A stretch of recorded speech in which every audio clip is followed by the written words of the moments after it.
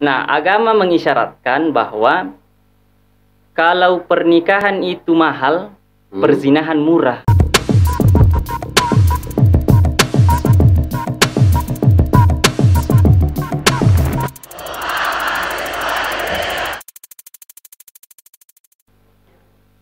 Assalamualaikum warahmatullahi wabarakatuh. Kembali lagi bersama saya MDS di sini dalam program Orasi Obrolan Mahasiswa Indonesia by Kabar Kota Sulsel. Kali ini pemirsa program Orasi, saya kedatangan tamu. Tentunya bukan sembarang tamu. Orator yang datang kali ini ialah orator yang berbeda dari sebelumnya. Mengapa demikian? Karena beliau sangat mengedukasi dan sangat inspiratif bagi kawan-kawan mahasiswa pada umumnya. Saya tidak usah berlama-lama, langsung saja saya menyapa beliau. Assalamualaikum warahmatullahi wabarakatuh. Waalaikumsalam warahmatullahi wabarakatuh. Mungkin bisa langsung memperkenalkan diri. Siapa sih sang gerangan orator kali ini? Ya, apa nih sapaannya teman-teman orasi di sini? Untuk netizen, nggak ada Ji? Iya, Okay. bebas saja. Iya, saya panggil Kanda saja, Di. Siap. Iya, nama saya Agung Wahyudi. Latar belakang akademik, kemarin jurusan Komunikasi dan Penyiaran Islam, KPI Unismu Makassar. Alhamdulillah, baru menyelesaikan studi 3 bulan yang lalu. Alhamdulillah. Sekarang aktivitas, ya mungkin lagi mempersiapkan kehidupan pasca kampus yang lebih baik lagi. Iya. Bukan mempersiapkan kehidupan pasca kesendirian. Masya Allah. Itu juga. Sudah termasuk itu ya? Iya, sudah termasuk itu. Sejauh ini bagaimana aktivitas di kami itu sendiri? Iya, saya sendiri Kak baru terpilih sekitar 7 bulan.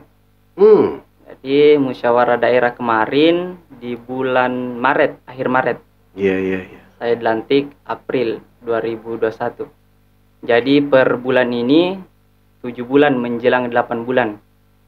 Masih sangat baru, jadi dinamika internal saya sendiri sebagai nahkoda, sebagai pemimpin yang dipercayakan oleh teman-teman. Iya. Masih dalam proses membangun harmonisasi gerakan. Sejauh ini masih kita coba, karena di kami daerah ini basis kampusnya beda-beda, jadi perlu pendekatan yang lebih kepada semua pengurus yang ada. Iya. Ya. Ketua baru pergerakan yang sudah lama terorganisir, bahkan bergeraknya juga di dalam kalangan civitas akademik, khususnya mahasiswa, itu tertatah dan terolah dengan baik dan benar. Kami organisasi bukan seumur jagung. Nah, sepak terjang kami, bagaimana sih dalam kondisi kekinian? Ya, sebelum ke sana mungkin saya perkenalkan sedikit tentang kami ini, karena mungkin masih banyak kawan-kawan muda kita yang belum tahu. Iya. Karena sejauh ini kami yang paling muda dari organisasi kemasyarakatan pemuda yang lain. Kami sendiri lahir di Kota Malang, Jawa Timur, tepatnya pada tanggal 29 Maret 1998, persis 2 bulan setelah kelahiran saya. Iya. Kami dideklarasikan hari itu di Universitas Muhammadiyah Malang. Iya.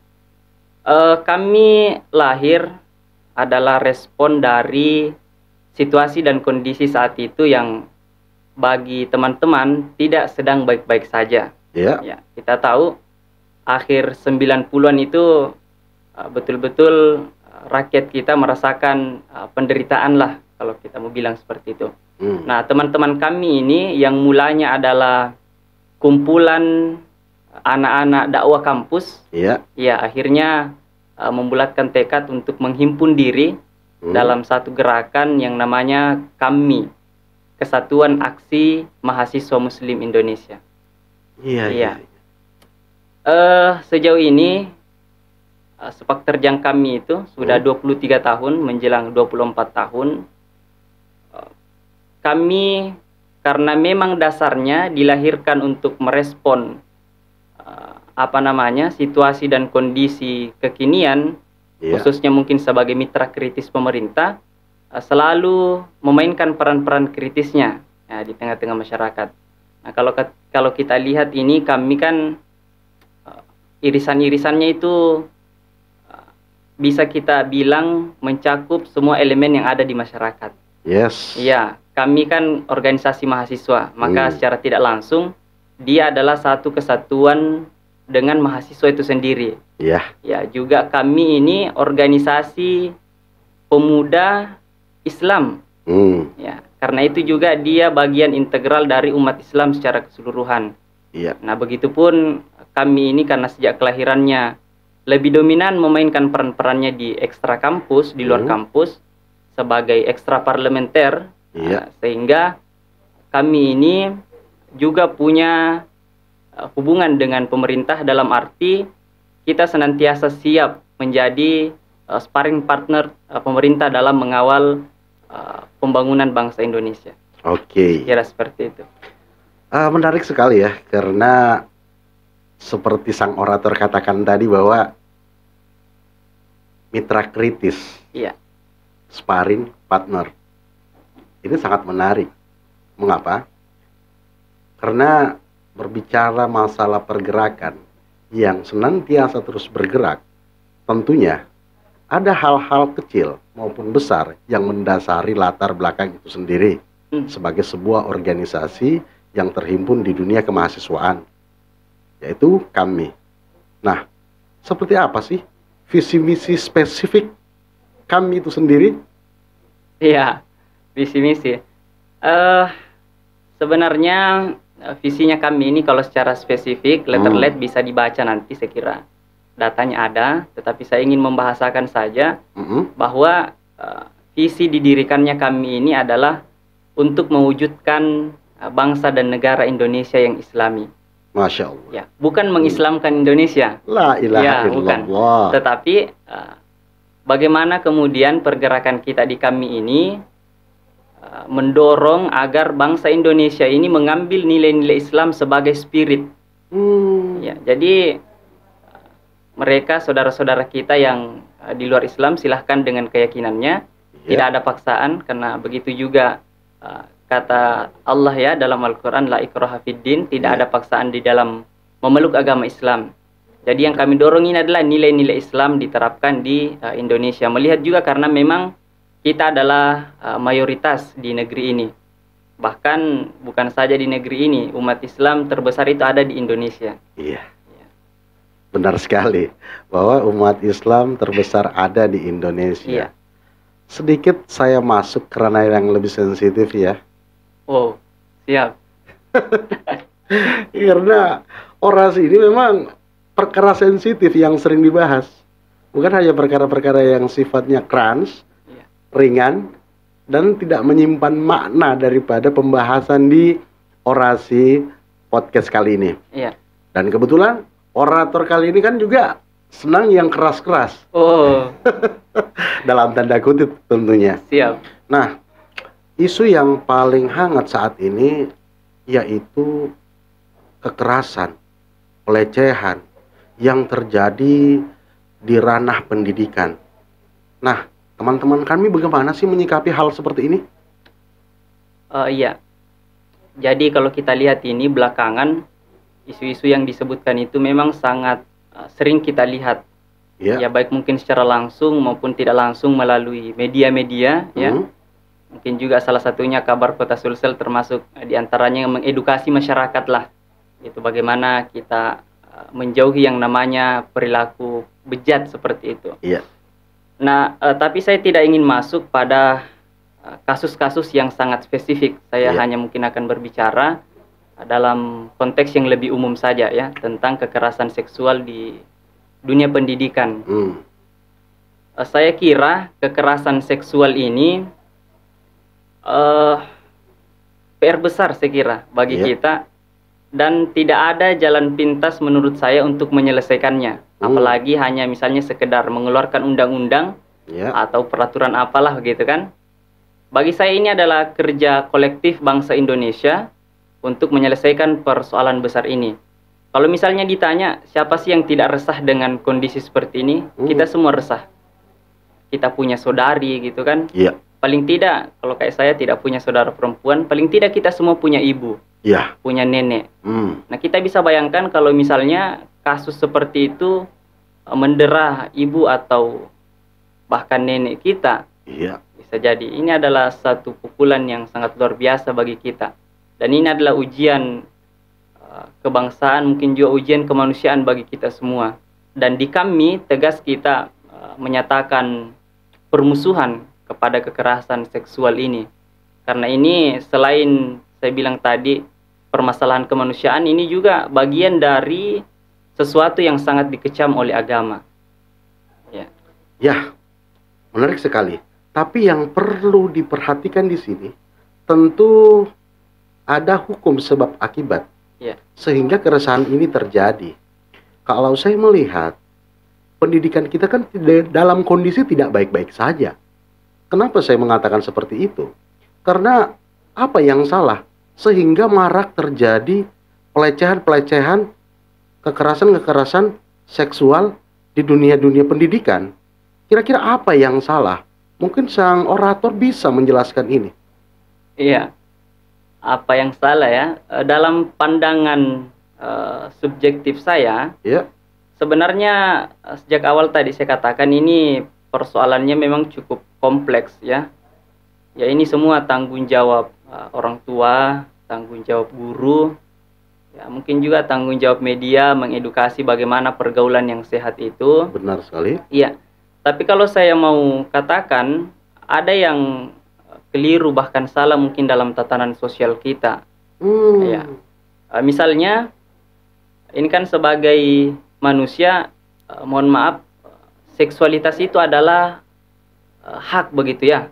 Bahkan kalau kita mau kategorikan dalam kebutuhan, dia sesuatu yang primer sifatnya. Ya, apalagi kalau misalnya sudah menginjak usia dewasa, itu semua manusia membutuhkan laki-laki maupun perempuan. Iya. Nah, apa yang saya maksud tadi kekeliruan dalam tatanan sosial kita, misalnya dalam budaya kita di Bugis Makassar ini, mohon maaf misalnya. Benar. Iya. Kalau mau menikah ini bukan dipersulit, tapi memang sejak awal memang kayaknya susah. Tahan, uang panai maksudnya. Iya, itu dia. Nah, agama mengisyaratkan bahwa kalau pernikahan itu mahal, perzinahan murah. Logika terbalik terjadi. Iya, kalau pernikahan mahal, perzinahan murah karena kebutuhan tadi perlu dilampiaskan dalam tanda kutip ya, perlu disalurkan pada perlu disalurkan gitu. Ketika dia tidak mendapatkan tempat yang sesungguhnya, maka yang terjadi adalah kasus-kasus seperti ini. Ya mungkin yang kita lihat ini adalah ketika terjadi penolakan misalnya dari dari pasangannya misalnya ya. Tetapi kan perzinahan yang kita maksud ini mungkin suka sama suka juga terjadi. Ya. Nah, seperti itu. Oke. Ada perkara yang dimana perkara ini saling terkait, yaitu perkara kontrol. Iya. Kontrol masyarakat, kontrol individu, dan kontrol negara. Nah, bagaimana menurut sang orator kali ini terhadap 3 kontrol tersebut yang harus sebenarnya bekerja dengan baik? Iya. Yang pertama mungkin kontrol individu. Oke. Ya, kontrol individu ini bagi saya peranan iman atau moral kita sangat dibutuhkan. Karena itu misalnya kalau kami ini misi pertama tadi untuk mewujudkan bangsa Indonesia yang Islami itu adalah membina keimanan, ketakwaan mahasiswa Muslim Indonesia. Karena kami menganggap bahwa ini adalah modal utama untuk membangun masyarakat berperadaban yang punya nilai kemanusiaan yang tinggi. Ya itu. Kalaupun mungkin secara masyarakat, ya mungkin saya rasa masyarakat Indonesia ini secara sosiologisnya ini masyarakatnya itu mayoritas Islam. Dan kita juga punya budaya-budaya yang saya kira luhur.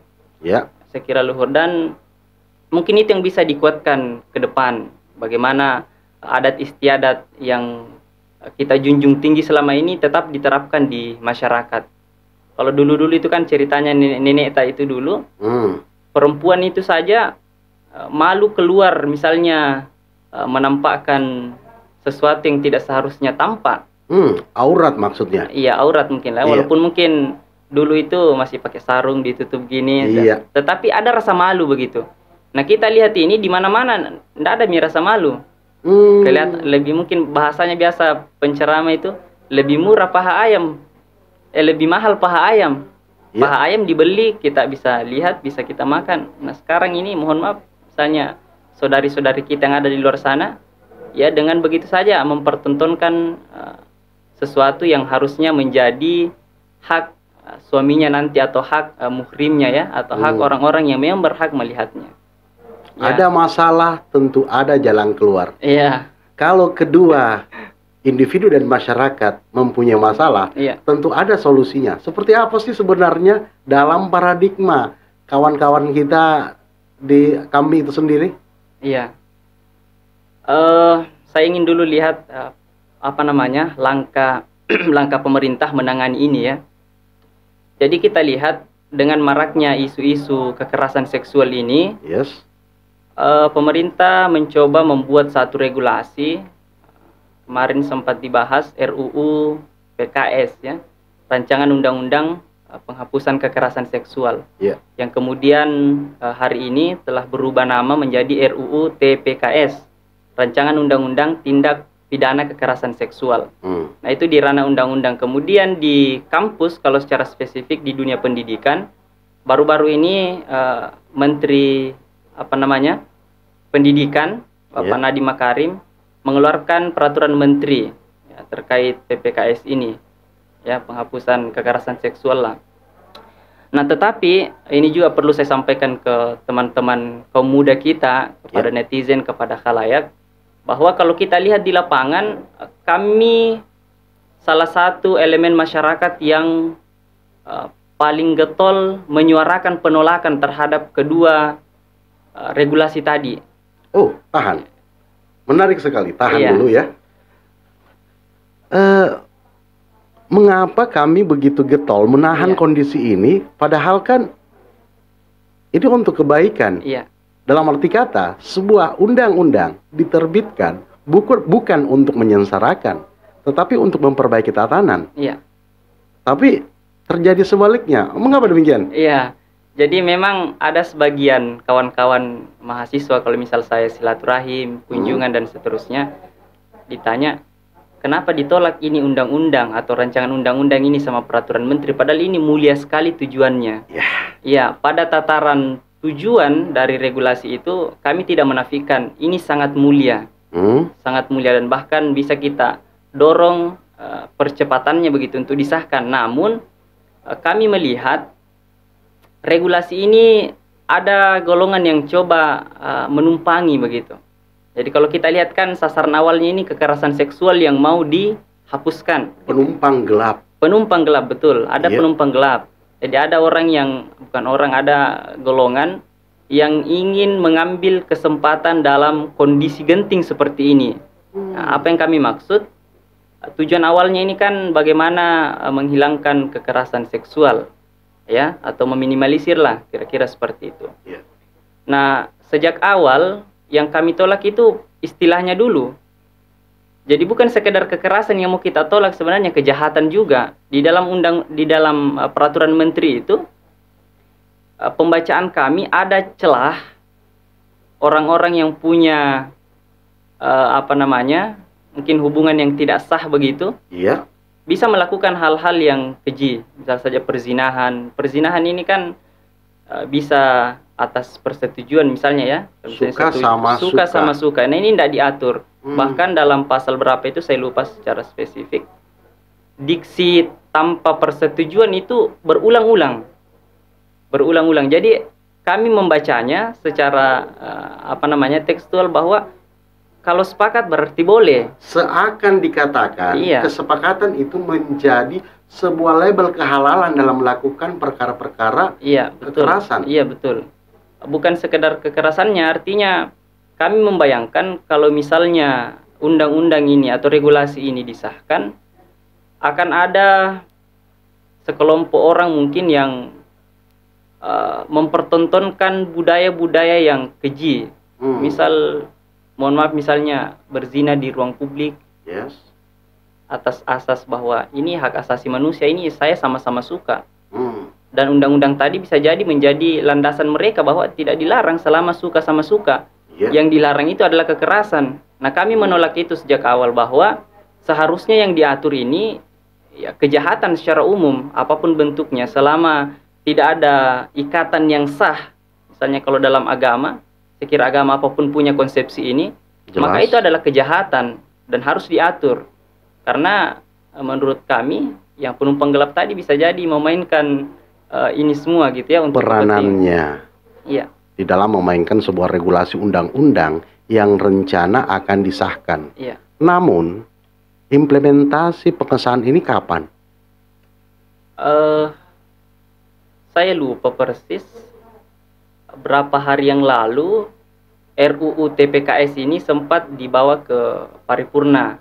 Ya, rencananya akan dibawa ke paripurna. Tetapi karena mungkin pertimbangan gelombang penolakan dari masyarakat, khususnya kaum muslimin secara umum, itu menolak, makanya RUU ini tidak dimasukkan dalam rapat paripurna dan tidak disahkan, dan untuk sementara dipending dulu mungkin bahasanya seperti itu. Ya, banyak saya temukan di sosial media ya, yang bergentayangan, bergelantungan, serta berserakan berita-berita kekerasan, tindak kriminal, seks yang terjadi marak ini.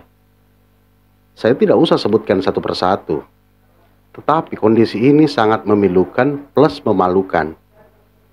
Nah, apa sih peranan orang tua kita selaku pemerintah?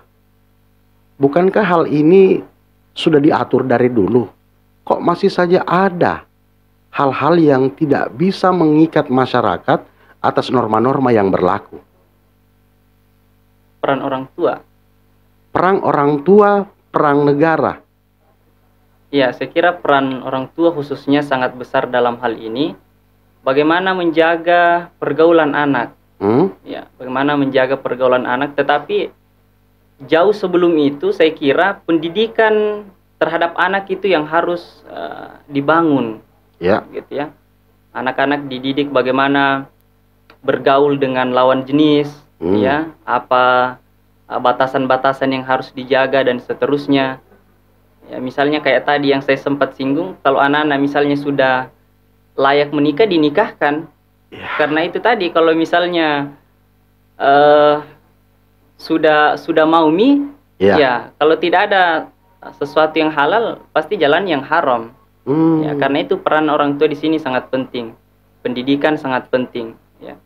Jangan disampaikan misalnya setelah kuliah baru boleh menikah. Apalagi misalnya orang tua, jangan dulu menikah kalau belum selesai kuliah. Iya. Dan seterusnya. Ini kan menjadi bumerang juga nantinya ya bagi keluarga tersebut, karena anaknya sudah mau tapi dilarang gitu. Dilarang. Akhirnya ya terjadilah apa yang kita saksikan hari ini. Kondisi negara saat ini seperti apa sih melihat maraknya kekerasan?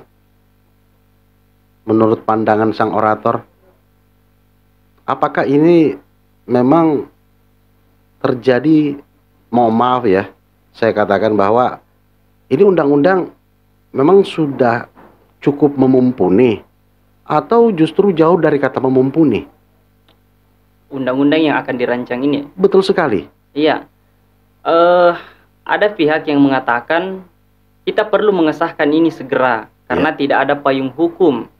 Nah, kita lihat ini beberapa kasus, saya sebut saja misalnya yang di Luwu Timur itu hari yang di Luwu, 4 orang anak ya yang diperkosa oleh ayahnya sendiri, bukan ayahnya, mantan ayahnya lah ya, karena tidak ada mantan ayah.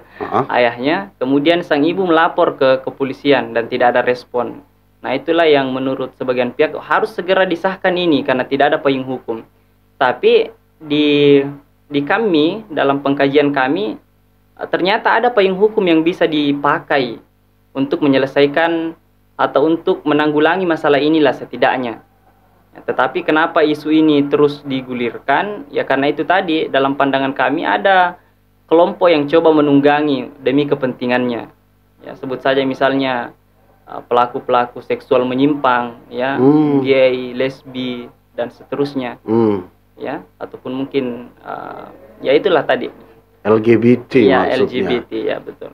Jadi memang ya harus ada regulasi hukum yang kuat, yang mencegah sekaligus menuntaskan perkara-perkara klasik menurut saya ya. Ini perkara klasik loh, perkara yang dimana dari zaman dulu terjadi. Tapi kan peran negara penting sekali di sini dalam memberikan sebuah perannya untuk mencegah hal kecil bahkan hal-hal besar terjadi.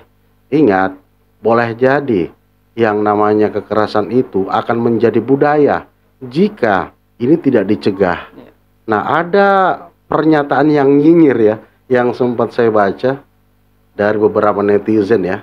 Dan jangan lupa netizen, jika menonton acara program Orasi, Obrolan Mahasiswa Indonesia kali ini, jangan lupa ya, komen di bawah jika ingin berinteraksi bertanya dalam hal ini.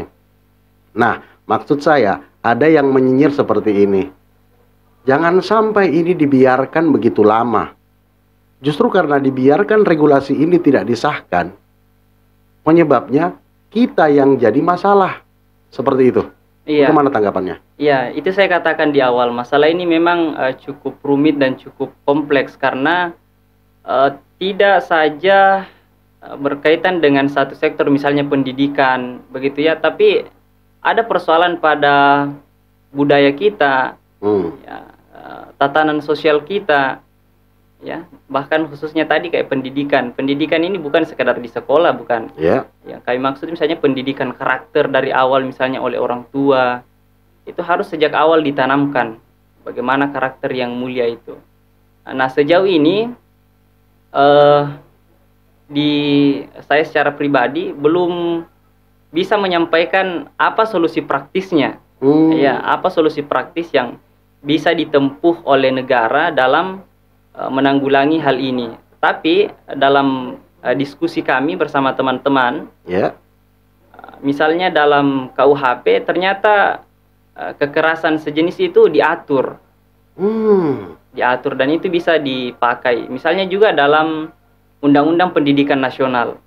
Nah, dalam Undang-Undang Pendidikan Nasional kita kan tujuannya adalah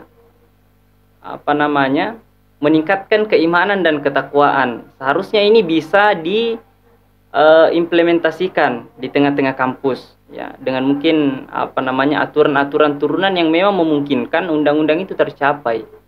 Seperti itu. Misalnya mungkin ini sempat terbayang saja sekarang ini. Misalnya mungkin dosen atau guru yang belum menikah mungkin bisa jangan mengajar di tempat perempuan. Ini sempat terlintas saja ide-ide seperti ini. Jadi terpisah ya? Iya, terpisah. Ahwat, ikhwan, laki-laki dan perempuan. Tenaga pengajarnya demikian, terpisah antara laki-laki dan perempuan. Iya, karena dikhawatirkan seperti itu tadi, kalau misalnya interaksinya dilihat, kan kita ini manusia, ya begitu, ada ketertarikan. Memang dasarnya kita ini punya ketertarikan dengan lawan jenis. Apalagi ya mungkin bahasa kita yang cantik-cantik itu kan pasti kita tertarik. Ya itu manusiawi. Kalau tidak tertarik ya mungkin dipertanyakan ke laki-lakiannya. Betul sekali. Karena jelas sekali bahwa dorongan dari luar itu merangsang ke dalam. Betul. Karena yang namanya nafsu itu kan bukan dari dalam.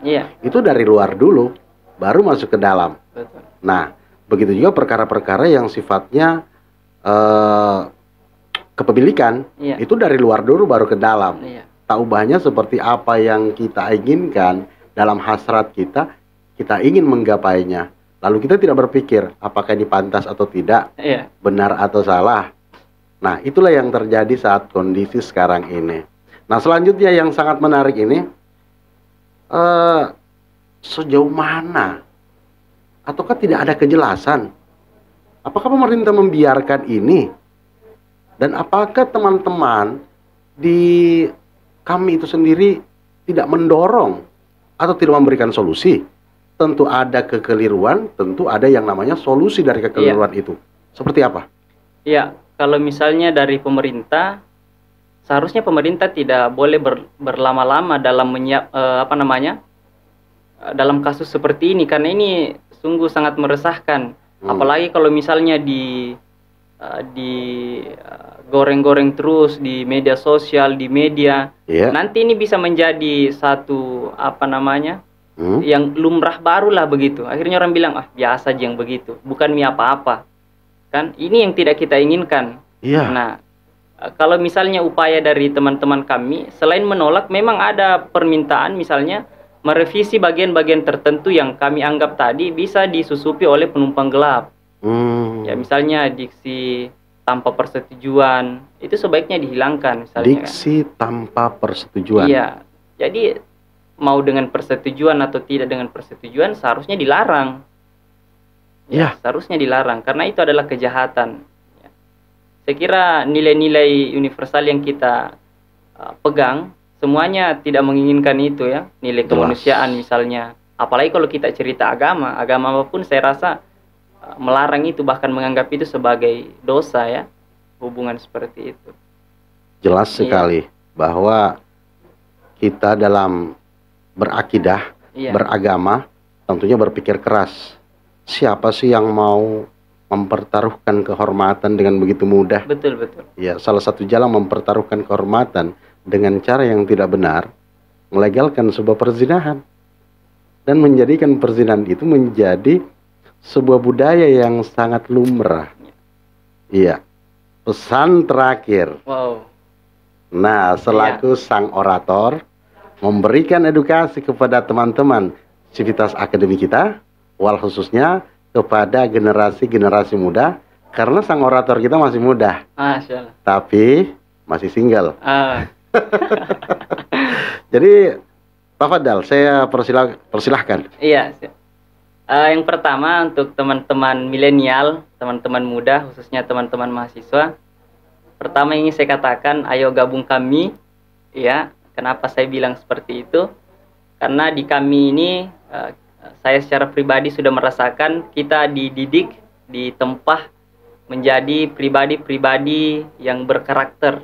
Ya, berkarakter di sini ya punya akhlak Islami. Itu yang saya katakan di awal, misi pertama kita membina keimanan dan ketakwaan mahasiswa muslim.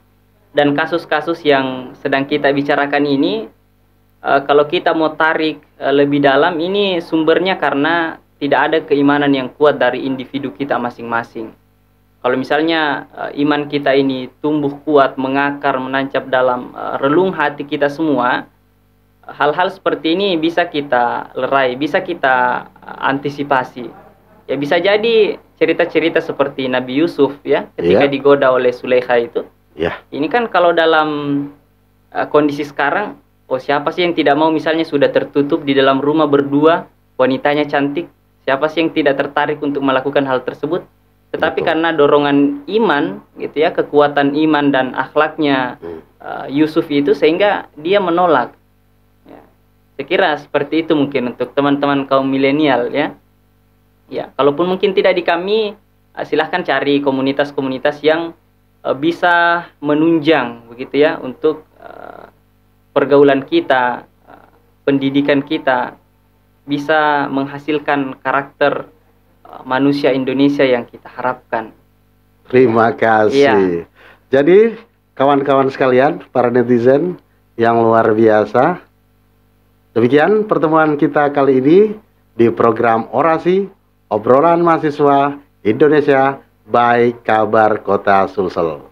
Dan jangan lupa subscribe karena gratis, dan berikan komentar jika percakapan kita kali ini menarik, berikan respon positif. Tentunya jangan lupa tetap stay tune di Kabar Kota Sulsel, wal khususnya di program podcast Orasi. Assalamualaikum warahmatullahi wabarakatuh. Waalaikumsalam warahmatullahi wabarakatuh.